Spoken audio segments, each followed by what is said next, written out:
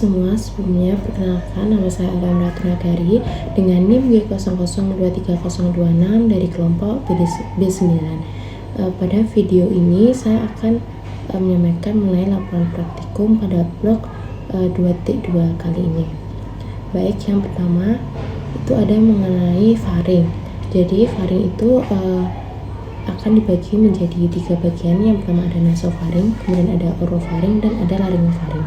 Untuk nasofaring sendiri itu skeletopisnya ada di VC1 sampai VC2. Kemudian fungsinya adalah untuk respirasi. Nah, di posterior cavum nasi itu bakal dihubungkan dengan yang namanya coana. Nah, untuk di nasofaring sendiri ini ada beberapa bagian penting. Yang pertama itu ada coana, kemudian ada octe, kemudian ada tonsilla pharyngia, ada tonus tubarius, torus levatorius, dan recessus pharyngeus atau yang biasa disebut dengan tonsilla tubaria. Kemudian untuk orofaring sendiri skeletopisnya itu ada di VC2 sampai VC3. Kemudian fungsinya untuk proses pencernaan. Bangunan pentingnya itu ada 5. Yang pertama ada isthmus falcium, kemudian ada arcus palatoglossus. Di sana itu nanti ada musculus palatoglossus, kemudian ada arcus palatopharyngeus, dan juga terdapat di situ juga ada musculus palatopharyngeus. Kemudian ada fossa tonsillaris dan ada tonsilla palatina. Nah, untuk laryngofaring sendiri skeletopisnya itu ada di VC3 sampai VC5.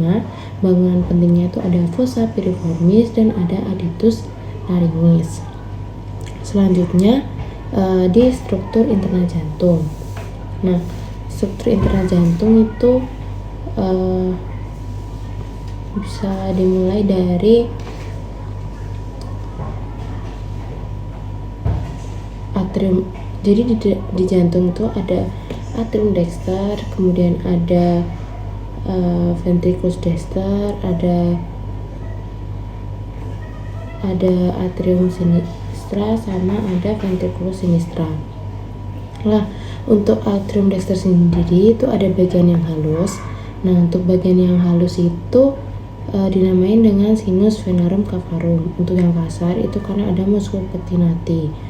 Nah, di atrium dexter ini di dalam akan dipisahkan oleh crista terminalis, sedangkan luarnya itu dipisahkan oleh sulcus terminalis. Kemudian juga ada fossa osalis dan ada limbus fossa ovalis, yaitu obliterasi dari foramen oval di septum interatrial. Nah, untuk ostium arteria vena dextra itu bakal menjadi ventriculus dexter, bermuara ke ventriculus dexter. Kemudian ostium sinus coronaria itu juga akan bermuara ke valvula Tebessii. Kemudian ostium vena cava inferior itu juga akan bermuara ke valvula Eustachiae. Kemudian atrium dexter ini dimuarai yang pertama oleh vena cava inferior, vena cava superior, sinus coronatus, dan vena cordis minimae. Kemudian untuk ventriculus dexter itu ada satu ruangan besar, namanya itu ada trabecula carneae. Kemudian trabecula carneae ini tuh ada 3 jenis. Yang pertama ada musculus papillaris, nah itu akan menyangga chorda tendinae. Kemudian trabecula septum marginalis itu tempatnya di situ ada bundle of His. Kemudian ada rigi biasa yang menonjol ke dalam. Nah, kemudian di ventriculus dexter ini juga ada ostium trunci pulmonalis yang menghubungkan dengan truncus pulmonalis. Ini gambarnya. Baik, kemudian untuk struktur kemudian ada atrium sinister. Nah, untuk atrium sinister ini itu dari bagian sinus venarum cavarum dan auricula sinistra. Kemudian juga ada ostium ave sinistrum, dan ada fossa ovalis dan valvula foraminis oval yang dimulai oleh 2 vena pulmonalis dextra, dan ada 1 vena pulmonalis sinistra superior dan 1 vena pulmonalis sinistra inferior. Nah, untuk ventriculus sinister ini akan membentuk apex cordis. Kemudian miokardnya juga lebih tebal. Kemudian ada ostium aorta yang bermuara ke aorta, kemudian ada musculus papillaris yang menyangga chorda tendinae, dan bagian yang mendekati aorta itu namanya adalah vestibulum aorta. Selanjutnya itu ke struktur eksternal di jantung. Nah, struktur eksternal di jantung itu gimana sih? Jadi struktur eksternal di jantung itu yang pertama itu jantung kan dilapisi oleh perikardium. Nah, perikardium itu ada dua. Yang pertama ada perikardium fibrosum dan ada perikardium serosum. Nah, perikardium fibrosum itu tersusun atas jaringan fibrosa. Fungsinya itu untuk melindungi jantung, kemudian membatasi gerak jantung dan menjaga jantung tetap di tempatnya. Sedangkan untuk perikardium serosum itu bakal ada dua lapisan. Yang pertama ada lamina parietalis pericardii dan lamina visceralis pericardii. Untuk lamina parietalis pericardii ini melapisi fasies interna pericardii, melapisi fasies interna perikardium fibrosum. Sedangkan untuk yang visceralis itu melapisi cor langsung sebagai epikardium. Nah, di antara dua lapisan tersebut tuh ada namanya cavum pericardii. Nah, di cavum pericardii ini itu bakal berisi cairan serosa yang dinamai dengan likor pericardii sebagai pelumas supaya meminimalkan gesekan antara jantung dan perikardium fibrosum. Nah, selanjutnya itu juga ada sinus pericardii. Nah, sinus pericardii ini ada dua juga. Yang pertama ada sinus obliquus pericardii dan sinus transversus pericardii. Nah, sinus obliquus pericardii ini tempat kayak vena-vena superior, vena-vena cava superior, kemudian ada vena cava inferior dan ada vena pulmonalis yang memasuki jantung. Kemudian yang kedua itu ada sinus transversus pericardii, itu adalah tempat aorta dan truncus pulmonalis meninggalkan jantung. Selanjutnya jantung sendiri itu letak anatomisnya ada di cavitas thoracis di mediastinum medius, kemudian dieratkan oleh 4 ligamen. Yang pertama ada ligamen sternoperikardiaka itu di corpus sterni, kemudian ada ligamen sipoperikardiaka itu ada di proses processus, kemudian ada ligamen pericardiofrenica oleh diafragma, dan ada ligamen vertebroperikardiaka itu oleh vertebra. Untuk batas jantung sendiri, kanan atas itu ada SIC 2 linea parastenalis dextra, kemudian kanan bawah itu ada SIC 4 linea parastenalis dextra, kiri atas itu ada SIC 2 linea parastenalis sinistra, dan kiri bawah itu ada SIC 5 linea midclavicularis sinistra. Selanjutnya struktur eksternal jantung sendiri itu kan ada apex, kemudian ada basis dan ada fasies. Untuk apex sendiri itu bakal mengarah ke panggul kiri, sedangkan kemudian untuk apex cordis itu mengarah ke ventrocaudal sinistra. Nah, untuk basis itu bakal mengarah ke bahu kanan. Nah, basis cordis itu di atrium dextrum, kemudian hadap ke belakang ke arah craniolateral dextra. Untuk fasies sendiri ada 3. Yang pertama ada sternocostalis, kemudian ada diafragmatica, sama ada pulmonalis. Untuk sternocostalis itu dia tuh dibentuk oleh ventriculus dexter dan atrium dexter. Nah, di antara keduanya itu bakal ada sulcus anterioventricularis. Untuk diafragmatica, dia itu dibentuk oleh ventriculus dexter et sinister. Kemudian di antaranya itu juga ada sulcus, tapi namanya ada sulcus interventricularis posterior yang bakal bersandar di centrum tendineum diafragmatica. Kemudian yang pulmonalis itu ada dibentuk oleh ventriculus sinister. Nah, pada fasies medialis pulmo sinister itu dapat impressio cardiaca. Nah, pada pulmo dexter juga terdapat atrium dextrum. Kemudian ada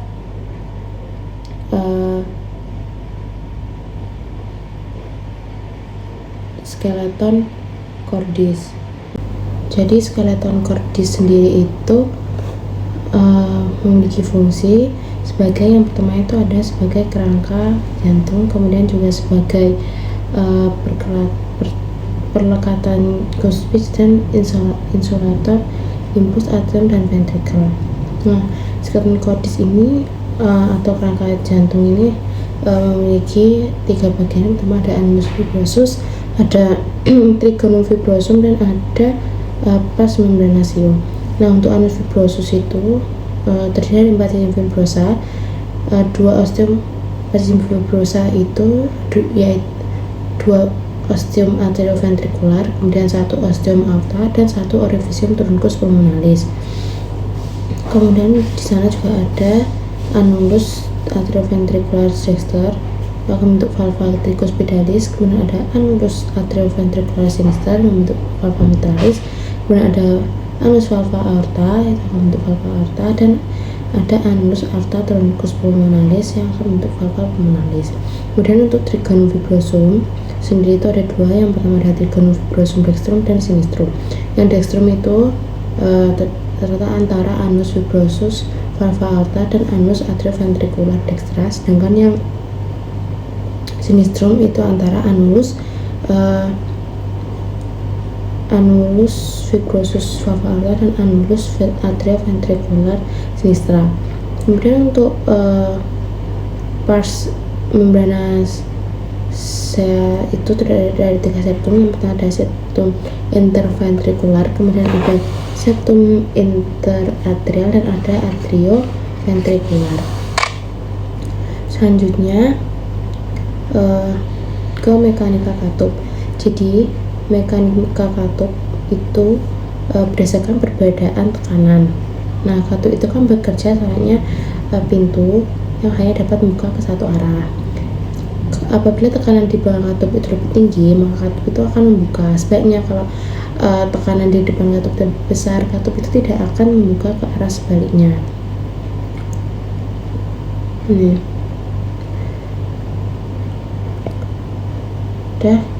Selanjutnya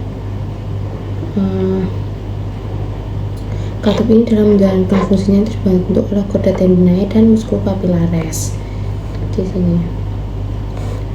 Nah, terus mulai dari jantung berkontraksi untuk menyalakan seluruh tubuh atau sistol, itu ventrikel akan berkontraksi sehingga tekanan di dalam ventrikel itu akan meningkat. Tekanan yang tinggi akan membuka katup seminaris, akan tapi katup atrioventrikular tetap akan tertutup rapat. Selain karena tekanan ventrikel tinggi, juga karena musculus papillaris yang memendek akibat kontraksi sehingga menutup katup atrioventrikular lebih rapat lagi. Kemudian darah dari ventrikel menuju paru-paru dan seluruh tubuh. Untuk relaksasi jantung atau diastol, itu darah dari seluruh tubuh dan paru-paru akan kembali ke atrium. Nah, katup atrioventrikular itu bakal membuka dan darah masuk secara pasif. Dikarenakan tekanan di ventrikel menjadi rendah, katup semilunaris itu bakal tertutup. Nah, selanjutnya ada diafragma. Nah, untuk diafragma itu merupakan pembatas kavitas toracis dan kavitas abdominis. Nah, di diafragma sendiri itu ada pars muscularis dan ada centrum tendineum. Untuk pars muscularis itu masih dibagi lagi, ada pars sternalis, pars cortalis, sama pars lumbaris. Nah, pars sternalis itu terdapat trigonum sternocostellare yang diwakili arteri vena epigastrika superior dan vasa limfatika. Nah, kemudian di sini juga terjadi tempat lemah untuk hernia itu di trigonum sternocostellare. Nah, untuk pars cortalis itu bentuknya seperti kubah. Kemudian untuk pars lumbaris itu ada 2, ada arcus lumbosacralis medial dan lumbosacralis lateralis. Yang medialis itu merupakan perubahan dari fascia musculus spessua major, dan yang lateralis itu merupakan perubahan dari fascia quadratus lumborum. Nah, pars lumbaris sendiri ini melekat vertebra, kemudian ada 2 keluaran muskular, itu ada crus dextrum dan crus sinistrum. Nah, batas medial kedua crura yang menyatu itu disebut dengan ligamentum quartum medianum di hiatus articus.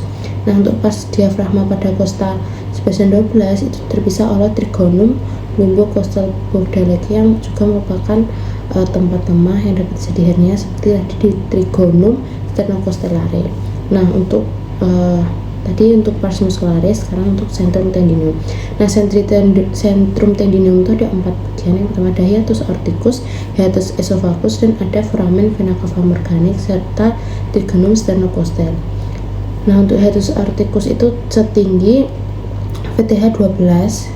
Nah, di sana dapat ditemukan aorta, kemudian ada ductus trachicus, ada vena aegyptius dan hemiaegyptius. Sedangkan hiatus esophagus itu ada di VTH 10. Nah, di sana itu ada esophagus, ada nervi vagi, ada ramus esophagi, arteri gastrica sinistra. Kemudian di foramen vena cava morganae yang setinggi VTH 8 itu dapat ditemui vena cava inferior, kemudian ada nervus phrenicus dexter dan ada vasa lymphatica. Yang trigonum sternocostal tadi sudah dijelaskan bahwa dilewati adalah arteri vena gastrica superior dan vasa lymphatica. Selanjutnya ada mediastinum. Nah, mediastinum itu ruang antara kedua kavitas pleuralis, terletak dari angus ternalis sampai diskus intervertebralis VTH 4 dan 5. Nah, mediastinum sendiri itu dibagi menjadi dua, ada mediastinum superior dan inferior. Yang superior itu dari arpetura superior thorax sampai transfer thoracic plane. Di sana dapat ditemui ada organ thymus, kemudian ada trachea, ada esophagus, ada vena cava superior, dan nervus vagus. Setelah masih banyak, masih ada lagi. Kemudian untuk yang mediastinum inferior itu ada dari transfer thoracic plane sampai diafragma. Mediastinum inferior sendiri itu masih dibagi menjadi tiga, ada yang inferior anterior, inferior medial, dan inferior posterior. Nah, inferior anterior itu dari anterior pericardium, posterior sternum, dan musculus transversus thoracis. Nah, isinya itu ada sisa thymus, ada noda limfatika, ada lemak, dan ada jaga. Untuk inferior medial itu berada di antara kavitas pleura dextra et sinistra yang berisi jantung, pericardium, nervus phrenicus, dan ada juga vena cava. Untuk di inferior posterior itu berada di antara posterior pericardium sampai pleura mediastalis. Isinya itu ada esophagus, aorta thoracica, vena aegyptius dan hemiaegyptius, ductus trachicus dan nervus vagus, kemudian ada truncus sympathicus. Baik, sekian dari saya. Wabillahi taufiq wal hidayah. Terima kasih.